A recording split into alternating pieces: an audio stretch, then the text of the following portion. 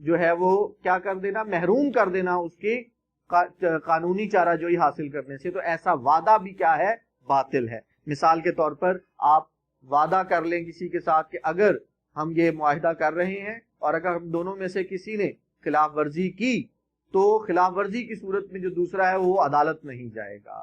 یا کسی پر اب جو ہمارا دیوانی قانون ہے اس کے مطابق تمام سول میٹرز جو ہیں ان میں جو لمیٹیشن ہے وہ قانونی چارہ جوئی کرنے کی جو لمیٹیشن ہے وہ 3 سال ہے, تو آپ کسی سے ایسا وعدہ کر لیں کہ اس کی اس لمیٹیشن کو کم کر دیں, تو اس طرح کا بھی وعدہ جو ہے یہ بھی کیا ہے, ناٹ انفورسیبل ہے, وائڈ ہے, باطل ہے.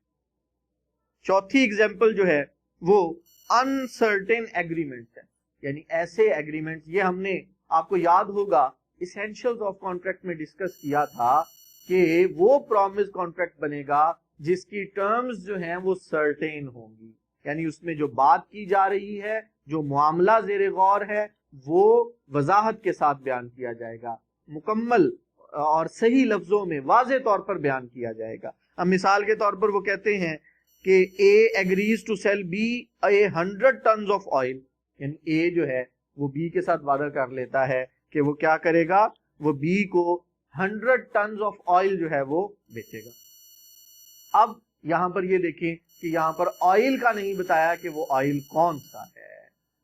تو اب اس طرح کے جو ایگریمنٹس ہوتے ہیں جس میں جو سبجیکٹ میٹر ہے وہ انسرٹن ہے, پتہ ہی نہیں ہے کہ وہ کون سا آئل ہوگا, تو اب اس طرح کا کہ ایگریمنٹس جو ہیں وہ بھی وائڈ ہوں گے, ناقابل عمل ہوں گے.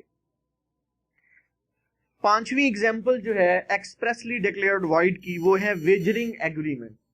ویجرنگ ایگریمنٹس, ویجر کہتے ہیں بیٹ کو, شرط لگا لینا, یعنی مثال کے طور پر اے نے بی سے شرط لگائی, دونوں نے آپس میں شرط لگائی کہ اگر اے نے کہا کہ اگر بارش ہوئی تو بی اے کو 100 روپے دے گا, اور اگر بارش نہ ہوئی تو اے بی کو 100 روپے دے گا. تو اب یہ دیکھیں کہ اب یہ ایک ایسا ایونٹ انہوں نے رکھ لیا ہے جو کہ انسرٹن ہے اور اس پر بیٹ ہے, ہو بھی سکتا ہے نہیں بھی ہو سکتا. تو اس طرح کے انسرٹن جو ایگریمنٹس ہیں وہ بھی کیا ہیں, وائڈ ہیں. اسی expressly declare to be void کی 6ٹھی ایگزامپل جو ہے وہ کیا ہے, agreements contingent on impossible events, یعنی یہ ایسے ایگریمنٹس ہوتے ہیں جن میں کوئی ایسی کنٹینجنٹ مین کوئی شرط, کوئی کنڈیشن رکھ دینا کس حوالے سے, کوئی امپاسبل ایونٹ کی.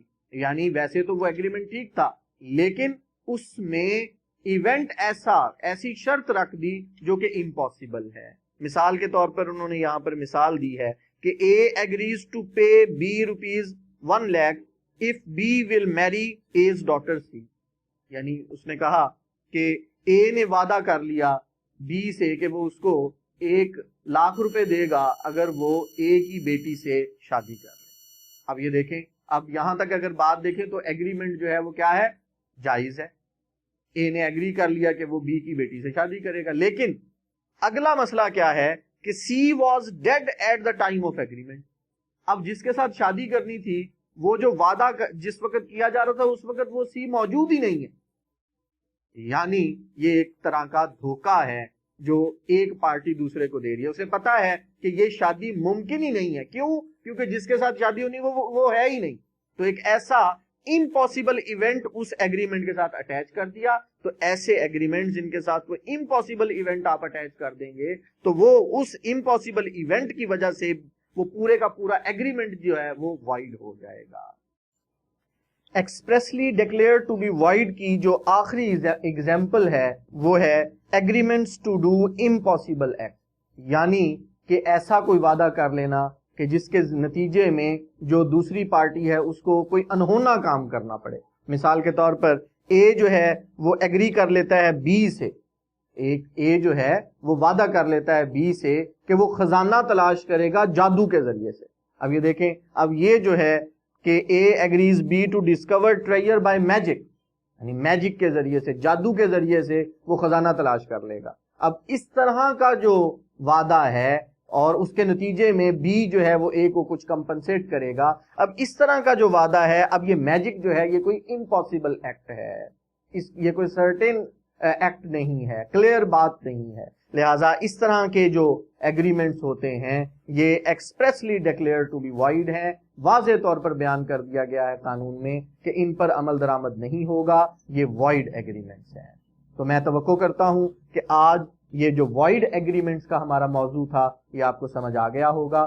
اگر اس کے متعلق کوئی کوسچن ہو تو آپ کامنٹ سیکشن میں مجھ سے پوچھ سکتے ہیں۔ میری اس ویڈیو کو لائک کیجئے، شیئر کیجئے اور میرے اس چینل کو بھی سبسکرائب کیجئے تاکہ اس طرح کی لا سے ریلیٹڈ انفارمیٹیو ویڈیوز میں مزید اپلوڈ کرتا رہوں۔ جزاک اللہ۔